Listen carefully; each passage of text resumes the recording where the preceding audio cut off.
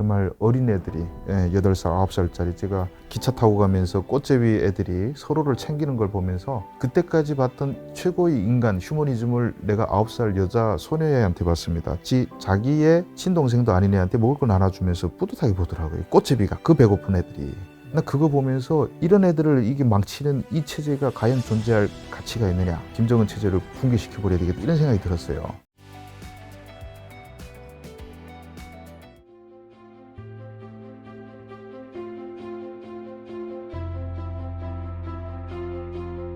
북한은 언제부터 어떤 이유로 핵무기 개발하기 시작했던 거죠? 북한이 핵무기를 개발한 역사야 뭐 90년대 초반부터 핵무기를 개발하기 시작했죠. 물론 마음은 뭐 60년대부터 핵을 준비하고 있었습니다. 뭐 핵 연구소도 만들고 뭐 계획은 했는데 실질적으로 핵 무기 실험을 한 것은 뭐 2005년 6년 요때 했고요. 근데 핵무기를 개발하게 된 계기는 자기 체제 위협 때문에 체제를 지키겠다 뭐 이런 마음도 있겠지만은 또 하나 문제점은 이게 그 예전에 동유럽이 붕괴되면서 소련이 붕괴되면서 북한이 뒷배가 되는 사회주의 국가들은 몽땅 붕괴됐습니다. 북한은 어마어마한 원조를 소련에서 받아왔습니다. 그런데 무너졌어요. 근데 북한의 생존 전략은 중국과 러시아 사이에서, 소련 사이에서 당시로 양다리 외교하며 살아남았어요. 이 전략적으로 한때는 이쪽 가붙고 한때는 이쪽 가붙고, 자, 우리가 이렇게 쓸모 있는 존재다라는 걸 부각시키며 살았는데 소련이 붕괴되면서 중국한테만 의존해야 되는 상황이 벌어졌습니다. 근데 중국을 또 북한이 제일 싫어하는 나라 중에 하나입니다. 중국의 입김이 워낙 강하기 때문에 독재 체제가 순응하기가 좀 어렵거든요. 그래서 북한에서 이거 큰일 났다, 우리도 어떻게 하면 살아남을까. 그러다가 90년대 초반에 김일성이 생존 전략을 정했죠. 어떻게 정했냐, 미국하고 중국 사이 양다리 외교를 펼쳐가면서 살아남자. 그 다음부터 북한은 줄기차게 미국을 공략했습니다. 90년 초반부터 북한이 원하는 건 하나, 외교 관계를 맺어달라는 거죠. 계속 맺어달라 그러는데 미국에서 무슨 북한 저 조그만 나라하고 뭐 굳이 세습하고 이민들 탄압한 나라하고 외교 관계 왜 맺겠습니까? 악의 축이라고 보는데 그들 뜻도 안 봤어요. 그러니까 북한은 야, 우리가 미국하고 협상하려면 우리도 뭔가 주머니에 뭔가 있어야 되겠다. 그래서 개발하기 시작한 것이 핵입니다. 시초는 그렇게 됐죠. 그리고 거의 엿바꿔 먹을 뻔했죠. 그때 그 경수로, 진포의 경수로도 하고 막 중유 들어가고 할 때, 그리고 2000년도에 올브라이트 국무장관이 북한 들어갔을 때 거의 외교관까지 갔는데 정권이 바뀌었어요. 그리고 부시 행정부 들어와서 진영 갖추기 전에 또 9.11 테러 나면서 미국 관심사가 온통 중동에 가붙었습니다. 그러니까 북한으로서는 항상 미국의 시선을 끌어와야 되는데 항상 미국은 중동에 가 있으니까 뭐 핵실험을 통해서 우리 진짜 있어 하고 보여줬단 말이죠. 거기서부터 하는데 사실 이 딜은 잘 이루어지지 않죠. 북한이 생각하는 핵무기 가격하고 미국이 생각하는 핵무기 가격이 너무 차이가 납니다. 북한은 뭐 한 1억쯤 불러야 되겠다 생각한다면 미국은 1,000만 원 정도 이렇게 생각하기 때문에 가격 차가 안 맞아가지고 협상은 잘 안 될 겁니다. 북한 핵무기 그럼 실상과 개수는 어느 정도나 있는 건가요, 이게? 북한 핵무기 개수는 뭐 이제 CIA도 모르는 거죠. 어쨌든 있긴 한 건가요? 뭐 한 20, 30개가 있다고 추정은 하고 있습니다. 분명히 있을 겁니다. 있긴 있는데 뭐 얼마나 있는지는 저는 중요치 않다고 생각하고, 또 북한 같은 나라가 사실 핵무기를 가지고 있다면 20개 있으나 200개 있으나 별 의미는 없습니다. 어차피 정치적 효과라든지 뭔가 쓴다고 그러면 한 10개면 충분하지 않을까. 그렇게 많이 가져봤자 북한은 어차피 쓰는 즉시 반격받기 때문에 그래서 많이 가지고 있을 필요도 사실 없습니다. 그럼 지금 북한에 있는 사람들은 어떤 삶을 살고 있나요? 우리가 생각했을 때는 뭔가 되게 가난하시고 이제 먹고 사는 것도 이제 힘겨워하시는 것 같다는 생각은 하는데 실제로 어떤 삶을 살고 있을까요? 북한의 경제 상황, 이건 뭐 1시간 얘기해도 뭐 끝이 없지만은 어쨌든 뭐 여러분들이 보시는 시청자분들이 생각하는 그대로라고 보시면 됩니다. 먹고 살기 힘들죠. 힘들고 먹는 데 집중해가지고 농사에서 먹던 장사에서 먹던 먹고 사는 데 집중이 돼 있습니다. 그래서 흔히 우리가 집안 경제 소득에서 식품 비율로 나가는 돈이 몇 퍼센트 되는가를 엔겔 지수라고 그러는데 엔겔 지수가 막 세계적으로 북한이 탑이 아닐까 싶은 생각도 듭니다. 아무래도. 먹고 사는 데만 집중하고 사람이 아까 배고픔을 극복해야 뭐든 뭐 딴 생각도 난다고 하는데 지금은 그냥 먹고 사는 데만 집중하고 평양 같은 데는 잘 사는 사람들이 많죠.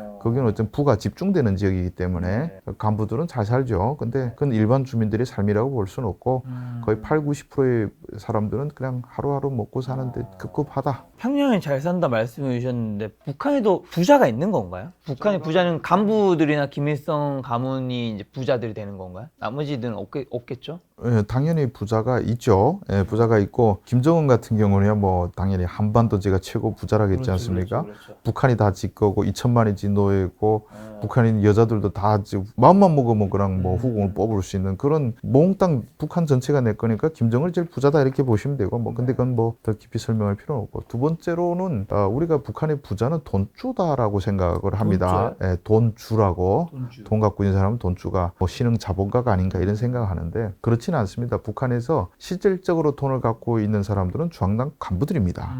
권력 가진 사람들 특히 북한에서 이 사람이 좀 이렇게 힘이 있나를 우리가 따져볼 때 세 가지를 보면 됩니다. 그래서 일단은 인사권이 있느냐, 칼을 쥐고 있느냐, 뭐 돈을 쥐고 있느냐 세 가지를 보면 되는데 예전에는 한국 언론들에서 북한 서열이 뭐 몇 번째고 몇 번째 이런 게 나옵니다. 근데 그게 상당히 쓸모가 없습니다. 왜냐면 가령 북한 서열에서 넘버 2가 최고인민회의 상임위원장 뭐 최룡해 아니면 뭐 내각 총리 김덕훈 이렇게 서열상은 그러던데 지금 최룡해 같은 사람은 인사권이 없어요. 그렇다고 해서 권력도 없습니다.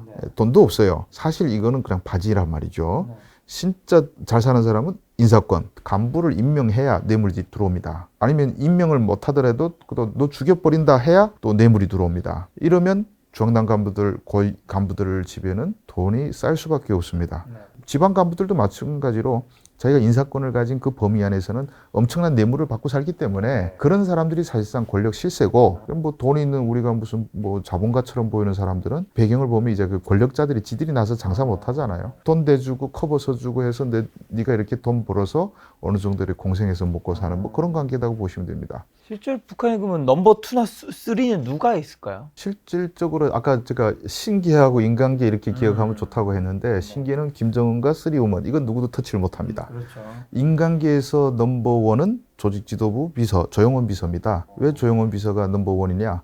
여기가 바로 중앙당 모든 간부들에 대한 인사권을 쥐고 있기 때문에 그 군 인사권도 거기서 다 가지고 있습니다. 그러니까 여기는 인간계 1이다. 여기는 총리도 까불지 못하고 최룡해도 까불지 못하고 누구도 덤빌 수가 없다. 하지만 신계 밑에 있다. 신계 밑에 있죠. 언제든 제거될 수 있죠. 신의 의지에 따라서. 근데 밑에 인간 사이에서는 제거를 못합니다. 자, 기자님 아까 2002년에 이제 탈북을 하신 거죠. 탈북 결심하게 된 이유랑 탈북은 어떤 방법을 하신 거죠? 저는 뭐 탈북을 결심한 이유는 저는 아주 가난한 집안에서 태어났습니다. 가난한 집안에서 태어나서 공부를 좀 했죠. 그래서 김일성대 외문학부에 입학을 했습니다. 김일성대 외문학부는 사실 북한에서 최고 부자들이 모이는 데입니다. 예, 그래서 우리는 뭐 서울대, 뭐 법대, 의대 이런 데를 최고로 치지만은 북한같이 가난한 나라는 외국에 나갈 수 있고 달러를 만질 수 있는 데가 최고입니다. 그러니까 외문학부 나와야 뭐 외교관으로도 갈 수 있고 막 이러다 보니까 김일성대에서도 가장 제일 좋다고 하면 또 반론도 있겠지만 어쨌든 세 손가락 안에 들어가는 좋은 학부입니다. 그래서 들어가는데 거기는 북한에서 권력자의 집안보다는 돈 있는 부자들이 자식들이 많이 온단 말이죠. 제가 가보니까 저는 진짜 밑바닥에서 저 신안군 어촌 마을에서 뭐 고기 잡던 사람인데 가보니까 이거 우리가 평등 사회주의가 맞아? 이런 생각부터 든단 말이죠. 이렇게 빈부격차가 심해? 거기다가 또 90년대 중반에 고난의 행군이 또 들어오면서 엄청난 사람들이 굶어 죽었지 않습니까? 방학에 집에 갈 때마다 역전에서 막 시신들 뒹구는 거 보는데 평양 우리 동창들은 너무 잘 살아요. 이게 사회주의가 아니지 않냐? 사람이 굶어 죽는 게 어떻게 사회주의고 이쪽에서 사람들이 시체가 뒹구는데 이쪽에는 막 지갑에다가 뭐 100달러짜리 해가지고 이렇게 다니고 이 체제는 존재하면 안 되겠다는 생각이 들고 그리고 저 결정적으로 계기는 정말 어린애들이 8살, 9살짜리 제가 제 유튜브 주성아 TV에서도 뭐 그런 얘기는 했는데 애들이 굶어 죽어가는 것 기차 타고 가면서 꽃제비 애들이 서로를 챙기는 걸 보면서 그때까지 봤던 최고의 인간 휴머니즘을 내가 9살 여자 소녀애한테 봤습니다. 자기의 친동생도 아닌 애한테 먹을 걸 나눠주면서 뿌듯하게 보더라고요. 꽃제비가 그 배고픈 애들이. 나 그거 보면서 이런 애들을 이게 망치는 이 체제가 과연 존재할 가치가 있느냐. 정말 내가 김정은 체제를 붕괴시켜버려야 되겠다 이런 생각이 들었어요. 근데 거기서 제가 할 수 있는 일이 없지 않습니까? 그래서 수용소에서 인간이 할 수 있는 가장 큰 용기는 저는 탈출이라고 생각해서 밖에 나가서 투사가 되자라고 생각을 해서 탈출을 했는데 그 탈출도 목숨을 내 걸어야 됩니다. 예, 그래서 정말 죽을 각오를 하고 나온 거죠. 어디로 오신 건가요? 일단 뭐 저는 한번 왔다가 또 북송됐습니다. 그래서 거의 뭐 수용소 갈 뻔 하다가 뭐 이야기가 좀 길긴 한데 어쨌든 또 구사일생으로 운도 좋았고 해서 북한 보위부에서 저를 그 북한 안기부 매수되는 사람이라고 또 판단해서 저를 미끼로 쓰려고 중국에 내보내는 바람에 제가 수용소 안 가서 다시 올 수 있었죠. 제 옆에다 보위원 하나 붙여가지고 보냈어요. 중국에다가. 제가 그 따돌리고 한국까지 왔는데 저는 예전에 그 장춘이라는 곳에서 비행기를 타고 들어왔습니다. 위조 요건을 만들어 가지고 중국에서 브로커들이 위조 요건 만들어서 보내줬습니다. 그럼 탈북 시도하다가 북한 군인에게 걸리는 분들이 있잖아요. 일반적으로는 어떻게 되나요? 그게 뭐 시기마다 처벌이 다릅니다. 예, 그래서 너무 많이 나올 때는 뭐 90년대, 2000년대 초반 같은 경우는 이제 북한도 보이브에서 신문하니까 이 사람 여기 있으면 굶어 죽을 것 같다 그러면 봐주라 이렇게 됐고요. 왜냐하면 뭐 정치적 의도도 별로 없고 막 이럴 때는. 근데 나중에 최근 뭐 점점 세지다가 김정은 체제 와서는 이제는 탈북하는 자들은 반역자로 취급을 해서 탈북가 걸리면 무조건 최하 8년 그리고 뭐 한국행 기도하면 무조건 수용소 갑니다. 정치범 수용소. 거기 가면 나올 수가 없습니다. 그는 종신이죠. 8년을 또 북한 감옥에서 견딜 수도 없어요. 그러니까 이제는 요즘에는 탈북하다 시도하면 거의 죽는다 이렇게 보시면 됩니다. 한국 땅 처음 밟았을 때 기분이 아마 지금도 기억나실 텐데 어떤 기분이셨고 한국에 오신 다음에 가장 놀란 건 어떤 걸까요? 뭐 한국에 처음에 들어와서 놀랐던 거는 뭐 중국에 있을 때도 저희 또 영문과 같은 경우는 외교관으로 나가야 되는 사람이기 때문에 외국 비디오도 많이 보여줍니다. 영국이나 미국이나 이런 거. 왜냐하면 외국 나가서 충격받지 말라고 외국 비디오를 합법적으로 볼 수 있는 북한에서 저희하고 외대만 가능한. 보다 보니까 외국이 잘 사는 거 알았어요. 알았는데 한 3가지 정도 요약한 다음에 첫 번째로 첫날 저녁에 조사기관 들어와서 창밖을 내다봤는데 십자가가 10몇 개가 보이더라고요. 이제 창문밖에 4층밖에 안 됐는데 여기도 십자가 저기 십자가 무슨 십자가가 이렇게 많은지 깜짝 놀랐고요. 두 번째로 조사를 끝마치고 제가 안성이라는 하나원으로 가는데 산이 너무 푸르러서 놀랐습니다. 북한의 산이 안 풀어요? 그럼 다 민둥산이 대다수니까 아니 여기는 왜 이렇게 산이 많지? 산에 나무를 그대로 남아있지? 왜 나무를 안 떼는 불도 안 떼나 뭐 이런 생각이 들었습니다. 예. 십자가는 북한에는 종교가 없나요? 외국인 용으로 교회, 성당 이런 게 한두 개씩 있죠.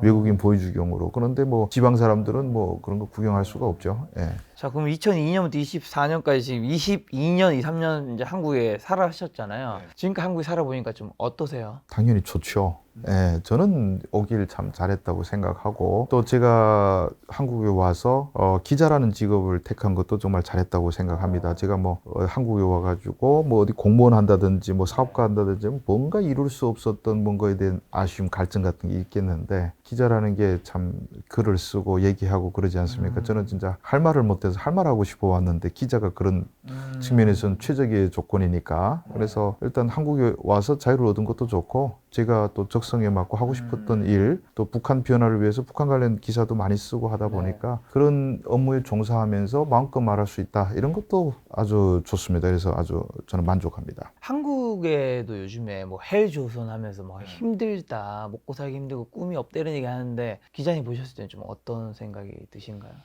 그 젊은이들의 저 고통은 저는 충분히 공감이 됩니다. 사람이라는 게 누구나 자기가 겪는 고통이 가장 크다고 생각합니다. 예. 어떤 사람은 총에 맞아도 옆에 죽어가는 거 보면 나는 다행이다고 생각하고 어떤 사람은 칼에 스쳐도 너무 아프다고 막 그래. 예. 그러니까 개개인이 느끼는 고통은 우리가 뭐 계산대 올려 가지고 너는 여기 더 비참하기 때문에 너는 20% 정도의 아픔을 느끼면 된다 이렇게 말할 수가 있는 게 아니지 않습니까? 그러니까 누구나 자신이 가장 불행하다고 생각할 수 있습니다. 그래서 청년들이 실업이 안 되고 특히 우리나라 자살률도 높고 비관에 빠지는 것은 현 단계에서 우리 체제 안에서는 충분히 그럴 수 있다라고 생각을 합니다. 그래서 우리가 더 좋은 나라를 만들어 가야죠. 근데 뭐 여기다 대고 여기 젊은이들한테 야 너희 북한에서는 어떻게 되는지 알아 이러면 이 사람들 공감하겠습니까? 여기 사람들 비교할 수 대상은 내 옆이지 북한이 아니거든요. 그래서 그래서 그거는 제가 충분히 공감할 수 있습니다. 자, 언젠가는 아마 한반도도 통일이 될 텐데 통일이 가능하다고 보시는지 어떤 방식으로 이루어지는지 그리고 통일이 된다면 우리 한국이 해야 할 일은 어떤 게 있을까요? 저는 뭐 통일은 반드시 온다고 생각을 합니다. 어떤 방식으로 오느냐면 김정은이 죽어야 가능한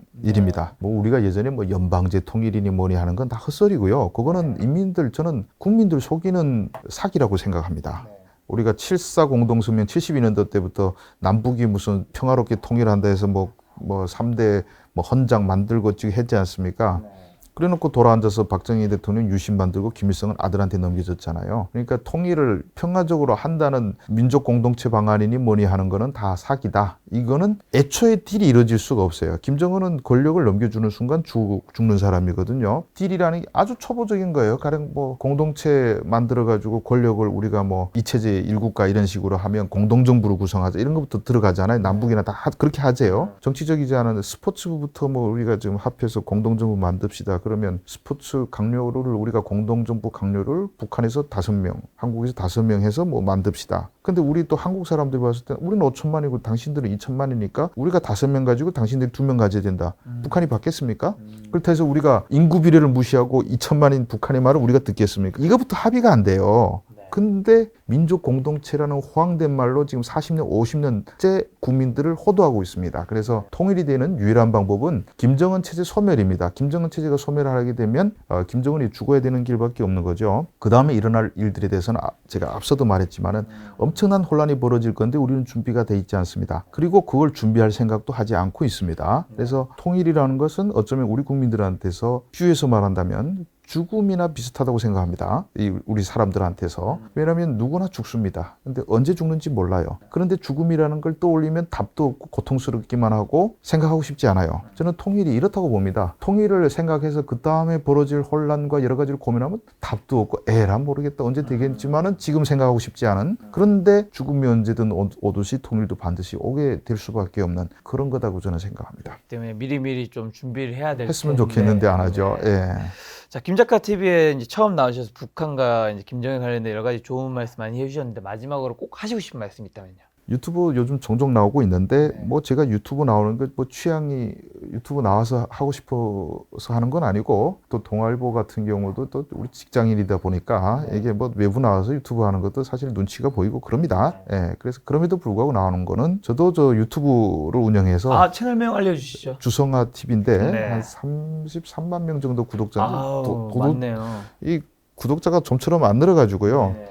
그래서 링크 이렇게 남겨놓겠습니다. 구독자가 많은 이런 채널에 와서 이렇게 홍보를 하게 되면 네. 그래도 이게 무슨 효과라고 합니까? 어쨌든 그래서 도움이 올라가죠. 도움이 되지 않을까 뭐 그런 생각 때문에 네. 홍보차 나왔습니다. 알겠습니다. 많은 시청자분들 뭐 이제 기자님 이야기 듣고 재미있으셨고 좋으셨던 분은 이제 제가 링크 남겨놓을 테니까 그 링크 타고 넘어와서 이제 기자님 채널도 이제 구독하시면 좀 더 북한에 관련된 훨씬 더 세밀한 이야기들 들을 수 있지 않을까 싶습니다. 다음번에 또 기자님 모시고 북한에 관련된 여러 가지 좋은 이야기 한번 마련하는 시간 가지도록 하겠습니다. 오늘 만나는 손님은 주성아 기자님이었습니다. 지금까지 소중한 시간 함께 해주셔서 정말 감사합니다. 오늘도 김 작가였습니다. 고생 많으셨습니다.